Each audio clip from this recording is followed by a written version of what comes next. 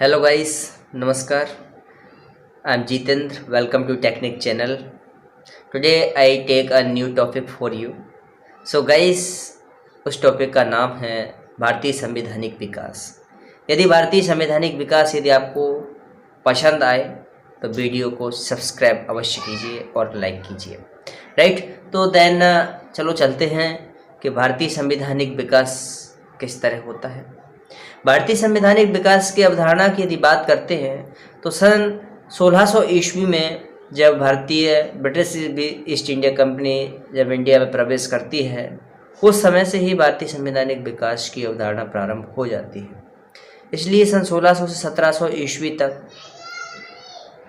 British east India company Bharat में प्रवेश करती है और प्रवेश करने के साथ साथ अपना व्यापार संचालित करती है। सन 1600 ईस्वी में जब ब्रिटिश ईस्ट इंडिया कंपनी ने सबसे पहले भारत में प्रवेश किया तो उस समय उन्होंने गुजरात राज्य के एक सूरत शहर में सबसे पहले प्रवेश किया। उस समय वहाँ का जो राजा था वो मुग़ल बादशाह थे और मुग़ल बादशाह से उन्होंने परमिशन ली और परमिशन लेने के बाद उन्होंने अपनी कंपनी का शासन प्रारंभ कर दिया, कंपनी का व्यापार प्रारंभ कर दिया। व्यापार धीरे धीरे उन्होंने बढ़ाया और मुंबई, कलकत्ता और मद्रास जैसे शहरों में इन्होंने अपनी एक प्रेसिडेंसियाँ खोली, अपनी फैक्ट्री लगा दी और इनके लिए उन्होंने एक प्रेसिडेंट की नियुक्ति कर दी थी और इनकी सहायता के लिए कुछ पर्षद सदस्यों की भी उन्होंने नियुक्ति की थी। दोस्तों इसके बाद में होता क्या है वो भी हम डिस्कस करते हैं, क्योंकि व्यापार करने के साथ साथ उन्होंने कुछ और भी किया। वो कुछ और क्या किया कि सन 1757 ईस्वी में और सन 1764 ईस्वी में उन्होंने प्लासी और बक्सर की लड़ाई लड़ी हम लोगों के साथ। प्लासी और बक्सर की लड़ाई के बाद उन्होंने दोनों लड़ाइयों को जीता और बंगाल, बिहार और उड़ीसा को अपने कब्जे में कर लिया। जब बंगाल, बिहार और उड़ीसा को कब्जे में करने के बाद उनका आधिपत्य भारतीय क्षेत्र में हो चुका था, भारतीय शासन में उनकी भागीदारी हो चुकी थी और जो कंपनी के व्यापारी थे वो कंपनी के प्रोडक्शन पर ध्यान नहीं देते थे, वो केवल देते थे अपने व्यापार पर, सेल्फ मर्चेंट पर। लेकिन जब ब्रिटिश पार्लियामेंट को मालूम चला कि कंपनी का प्रोडक्शन कम हो चुका है, ऐसी स्थिति में उसने सुझाव लिए रीज़न क्या है कि प्रोडक्शन कम है, तो डायरेक्ट उनको पता चला कि व्यापार करने के साथ साथ कंपनी ने वहाँ पर लड़ाई लड़के शासन करना प्रारंभ कर दिया। तब जाकर के ब्रिटिश पार्लियामेंट ने सन 1773 ईस्वी में रेगुलेटिंग एक्ट पास किया। उस रेगुलेटिंग एक्ट में उन्होंने स्पष्ट रूप से लिखा कि कंपनी भारत में केवल व्यापार करने के लिए गई है, ना कि शासन करने के लिए।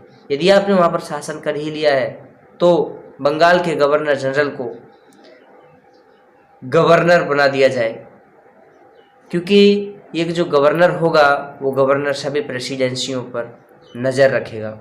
और इस प्रकार उन्होंने बंगाल में एक गवर्नर जनरल की नियुक्ति कर दी थी और साथ ही साथ कलकत्ता में उन्होंने सुप्रीम कोर्ट की भी स्थापना की थी, क्योंकि न्यायिक व्यवस्था को संचालित करने के लिए एक कोर्ट होना जरूरी होता है। इसलिए उन्होंने कहा ब्रिटिश पार्लियामेंट ने कि सुप्रीम कोर्ट की इस्टेब्लिशमेंट करना बहुत आवश्यक है। इस तरह से 1773 के बाद सन 1784 ईस्वी में फिट्स इंडिया एक्ट पास किया और उस फिट्स इंडिया एक्ट्स में उन्होंने स्पष्ट रूप से कहा था कि कंपनी के व्यापार को देखने के लिए हम बोर्ड ऑफ डायरेक्टर्स की नियुक्ति करते हैं और वहाँ का जो शासन है उस शासन को संचालित करने के लिए हम बोर्ड ऑफ कंट्रोल की नियुक्ति करते हैं। इस तरह से सन 1784 में फिट्स इंडिया एक्ट के तहत में बोर्ड ऑफ डायरेक्टर और बोर्ड ऑफ कंट्रोल की नियुक्ति की जाती है। और 1784 के बाद में जो आपका अगला टॉपिक आता है, 1813 ईस्वी में डायरेक्टली ब्रिटिश पार्लियामेंट ने कह दिया था कि कंपनी के व्यापार करने के एक अधिकार को हम समाप्त करते हैं, केवल चाय का एक अधिकार कंपनी पर बना रहेगा। वो चाय का व्यापार कर सकती है और सभी अधिकार हम निरस्त करते हैं।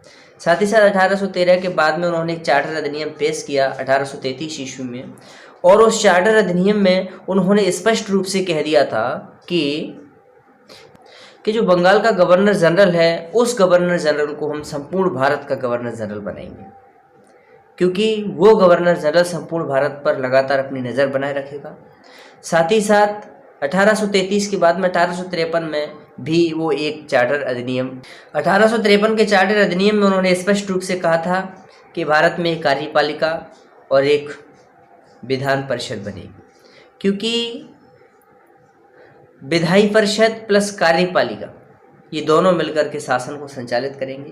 कार्यपालिका में उन्होंने 5 सदस्य रखे थे और उसी के साथ साथ उन्होंने विधायी परिषद में 5 + 7 12 सदस्य रखे थे। इस तरह से उन्होंने 1853 में चार्टर अधिनियम के साथ साथ कार्यपालिका और विधायी परिषद की उन्होंने नियुक्ति कर दी थी दोस्तों। साथ ही साथ 1853 के बाद में 1853 के बाद में हम बात करते हैं कि 1857 से लेकर के सन 1947 ईस्वी तक का शासन कैसे रहा। अगर वास्तव में कहा जाए तो 1857 से लेकर के सन 1947 ईस्वी तक का समय ताज का शासन रहा था, ब्रिटिश साम्राज्य का शासन रहा था, क्योंकि 1857 में महारानी लक्ष्मीबाई ने युद्ध लड़ा, लेकिन कुछ ऐसे बेइंसाफ लोग थे जिन्होंने महारानी का साथ नहीं दिया, जिसके कारण उन्हें हार का सामना करना पड़ा और वो वीर गति को प्राप्त हो गई थी। उसके बाद में अगर देखा जाए सन 1858 में उन्होंने एक नियम लाए थे और उस नियम के अनुसार हुआ क्या, उन्होंने डायरेक्टली बोर्ड ऑफ डायरेक्टर और बोर्ड ऑफ कंट्रोल को हटा दिया गया था।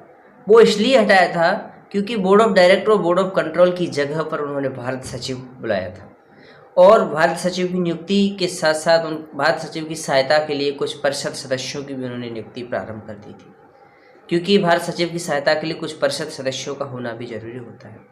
1861 ईस्वी में जो भारतीय सरकारी सदस्य हुआ करते थे उनको गवर्नर जनरल द्वारा नामित करके उसका पार्ट बना दिया जाता था। 1861 के बाद में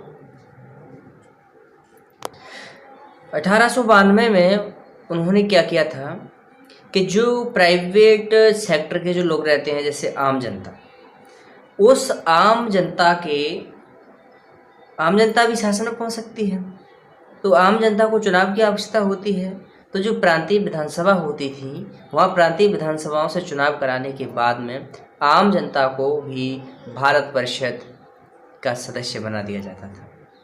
उसके बाद में 1909 में मार्ले मिंटो सुधार हुआ था। उस टाइम पर जो मार्ले थे वो भारतीय सचिव हुआ करते थे और मिंटो जो थे वो एक वाइसराय के रूप में रहते थे। उस टाइम पर सर्वप्रथम ये चेंजेस हुआ था कि प्रत्यक्ष निर्वाचन प्रणाली लाए गए थे और उस मार्ले मिंटो सुधार में उन्होंने कहा था यदि मुस्लिम लीग या मुस्लिम समुदाय का कोई भी व्यक्ति यदि चुनाव लड़ता है तो उसके लिए केवल मुस्लिम लोग ही वोट करेंगे, और यदि कांग्रेस की तरफ से कोई चुनाव लड़ता है या हिंदुओं की ओर से कोई चुनाव लड़ता है तो वो एक तरह से हिंदू लोग ही उन्हें वोट करेंगे। इस तरह का मार्ले मिंटो सुधार हुआ था और इसके बाद में मॉन्टेग्यू चेम्सफोर्ड का सुधार हुआ था। मॉन्टेग्यू चेम्सफोर्ड में क्या हुआ, सन 1919 में मॉन्टेग्यू चेम्सफोर्ड सुधार हुआ था। मॉन्टेग्यू चेम्सफोर्ड सुधार में जो भारत शासन अधिनियम 1919 था उसमें मॉन्टेग्यू जो थे वो भारत सचिव थे और चेम्सफोर्ड जो थे वो वाइसराय के रूप में कार्यरत थे। तो इसमें सबसे बड़ा सुधार यह हुआ था कि केंद्र को जो शक्तियाँ प्राप्त थीं सारी की सारी उन पर थोड़ा शिथिलीकरण प्रारंभ हो गया था, क्योंकि केंद्र ने जो अपनी शक्तियाँ थीं वो कुछ शक्तियाँ प्रांतों को भी उन्होंने बांट दी थी। तो इस तरह से केंद्रीय सूची और प्रांतीय सूची के रूप में उन्होंने 2 विषय बना दिए थे।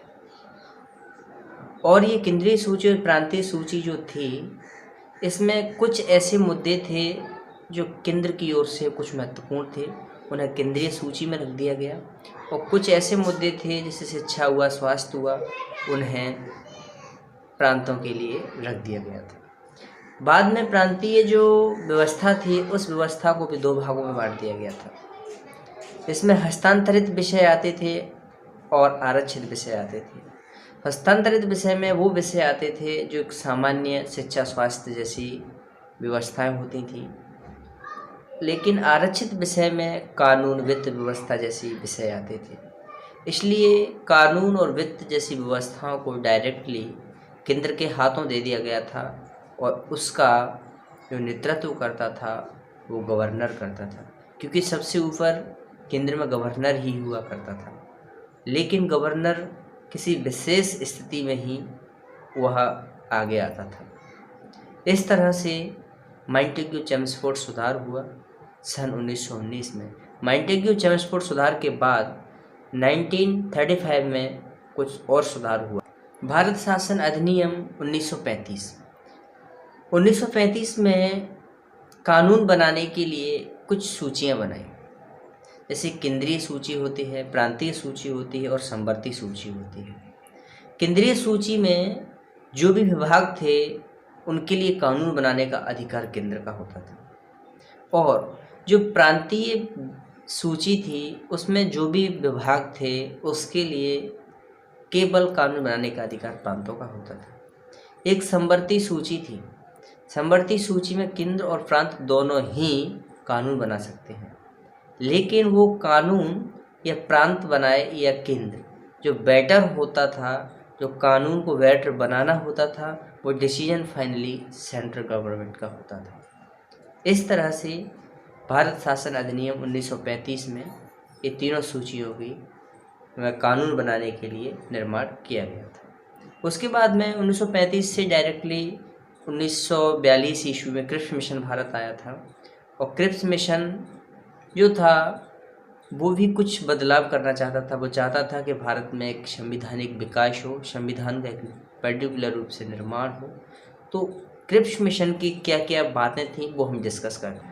अगर हम डायरेक्टली रूप से कहें कि क्रिप्स मिशन फेल क्यों हुआ, क्रिप्स मिशन फेल होने के पीछे सबसे बड़ा रीज़न ये था क्योंकि क्रिप्स मिशन कह रहा था कि यदि कोई भी प्रांत भारतीय संविधान को स्वीकार नहीं करता है, ऐसी स्थिति में ये ब्रिटिश पार्लियामेंट है या ब्रिटिश गवर्नमेंट है वो उससे अलग से बात कर लेगी, उसको क्या करना है।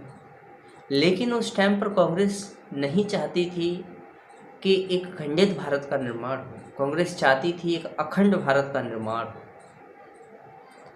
इसलिए कांग्रेस को तो यह स्वीकार नहीं था कि क्रिप्स मिशन के तहत यदि कोई रियासत भारतीय संविधान को स्वीकार नहीं करती, उससे अलग से समझौता करना हो, ऐसा तो कभी भी संभव नहीं था कांग्रेस के लिए। और डायरेक्टली रूप से जो मुस्लिम लीग था, जो जिन्ना का उसमें नेतृत्व था, तो वो चाहती थी डायरेक्टली कि हमें पाकिस्तान चाहिए, वो डायरेक्टली ही पाकिस्तान की मांग करती थी। इसलिए क्रिप्स मिशन बिल्कुल भी सक्सेस नहीं हुआ। क्रिप्स मिशन के बाद में शिमला समझौता हुआ था 1945 में। शिमला समझौता एक तरह से पूर्ण रूप से सरकार बनाने के लिए था, लेकिन जहाँ दो गुट हों शायद मुश्किल ही बन पाए। शिमला सम्मेलन और क्रिप्स मिशन दोनों का नेतृत्व लॉर्ड बेबल गवर्नर जनरल हुआ था, वायसराय था उस टाइम का, उसके द्वारा ये इसकी अध्यक्षता में ये काम हुआ था। लेकिन जो शिमला सम्मेलन था उसमें उन्होंने कह दिया था लॉर्ड बेबल जी ने कि आप ऐसा कीजिए, सरकार बनाइए, और सरकार बनाने के साथ साथ अगर आप बात करते हैं कि कितने लोग मुस्लिम लीग से लिए जाएं या कितने लोग कांग्रेस से लिए जाएं, तो इसके लिए हम ऐसा करते हैं कि बराबर बराबर सदस्यों की नियुक्ति करते हैं। बराबर सदस्य मुस्लिम लीग से लो, उतने ही सदस्य आप वहाँ से ले लीजिए कांग्रेस से। नहीं, ठीक है ले लेते हैं, कोई बात नहीं। आगे क्या हुआ, मुस्लिम लीग के द्वारा एक सदस्य रखी गई थी, एक शर्त रखी गई थी। उन्होंने कहा था कि अगर मुस्लिम लीग से अगर कोई सदस्य हम अगर बेचते हैं तो केवल मुस्लिम लीग द्वारा ही बेचे जाएंगे। कांग्रेस यदि अपने सदस्य बेचती है तो वो कांग्रेस बेच सकती है, कोई दिक्कत नहीं है। लेकिन कांग्रेस को शर्त मंजूर नहीं थी। कांग्रेस चाहती थी कि मुस्लिम लीग से भी हम ही सदस्य चुनकर भेजें। इसलिए दोस्तों यह शिमला सम्मेलन भी भारतीय संविधान बनाने के लिए, भारतीय सरकार बनाने के लिए कामयाब नहीं हो पाया। सन 1945 के बाद कैबिनेट मिशन 1946 आया था। इसमें 3 ब्रिटिश सदस्य आए थे, लॉर्ड पैथिक लॉरेंस और एबी अलेक्जेंडर एंड स्टफर्ड क्रिप्स। ये 3 ब्रिटिश सदस्य भारत आए थे। ये इसलिए आए थे कि भारतीय सरकार बने, भारतीय संविधान बने, इसलिए ये भारतीय समुदाय में आए थे। इन्होंने भी अपना भरसक प्रयास किया और इन्होंने डायरेक्टली निचोड़ निकाल के कह दिया कि 2 राज्य और 2 संविधान अवश्य बन सकते हैं। इन्होंने स्पष्ट रूप से कह दिया था और इसका परिणाम ये हुआ कि 9 दिसंबर 1946 ईस्वी को संविधान सभा की पहली बैठक हुई थी। जब 9 दिसंबर 1946 को संविधान सभा की जब पहली बैठक हुई थी तो उस बैठक में मुस्लिम लीग का कोई सदस्य नहीं था।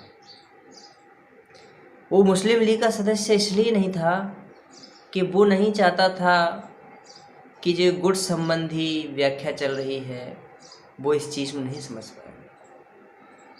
वो चाह रहा था यहाँ पर कुछ गुट बन रहा है, क्योंकि वो डायरेक्टली पाकिस्तान की मांग कर रहा था। वो नहीं चाहता था कि किसी एक संविधान सभा में बैठ के हम कुछ डिसीजन लें। इस तरह से मुस्लिम लीग का कोई भी सदस्य 9 दिसंबर 1946 की संविधान की सभा में नहीं बैठा और उसका परिणाम ये हुआ कि उस संविधान सभा को विघटित करना पड़ा।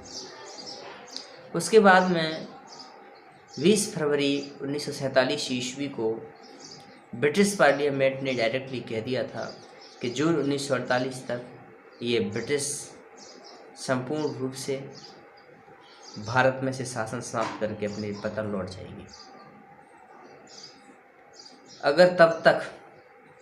अगर आप अपनी सरकार बनाने या संविधान बनाने का डिसीजन अगर नहीं ले पाएंगे तो फाइनली ये डिसीजन ब्रिटिश पार्लियामेंट के पास होगा।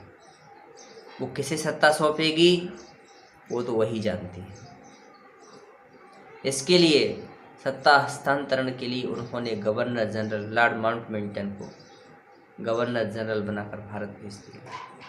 माउंटबेटन ने एक योजना निकाली थी 3 जून 1947 3 जून 1947। उस 3 जून 1947 को डायरेक्टली उसने कह दिया कि भारत और पाकिस्तान 2 राज्य होंगे, अलग अलग इनका संविधान होगा और 2 पृथक राज्य होंगे, मुस्लिमों के लिए और हिंदुओं के लिए। लेकिन उसमें यह बाध्य नहीं था कि पाकिस्तान में केवल मुस्लिम रहेंगे, ये भी बाध्य नहीं था कि इंडिया में केवल हिंदू रहेंगे। किसी की भी इच्छा अनुसार वो अपने वतन जा सकते हैं। इस तरह से 3 जून 1947 को 2 पृथक राज्यों का निर्माण हो गया और फिर भारतीय संविधान इन सदस्यों की नियुक्ति के लिए कुछ चुनाव कराना था। चुनाव उस टाइम पे हुए थे। टोटल कुल जनसंख्या 389 थी। लेकिन 31 अक्टूबर 1947 को जब भारतीय संविधान सभा जब पुनः बैठक में आई थी तो उस समय पर टोटल जो सदस्य थे 289 रह गए थे। लेकिन जब 299 सदस्य रह चुके थे। लेकिन जब 26 नवंबर 1949 को जब संविधान पर हस्ताक्षर करना था उस समय 284 लोगों ने संविधान की जो प्रतिलिपि बनाई थी उस पर 284 लोगों ने सिग्नेचर किए हुए थे।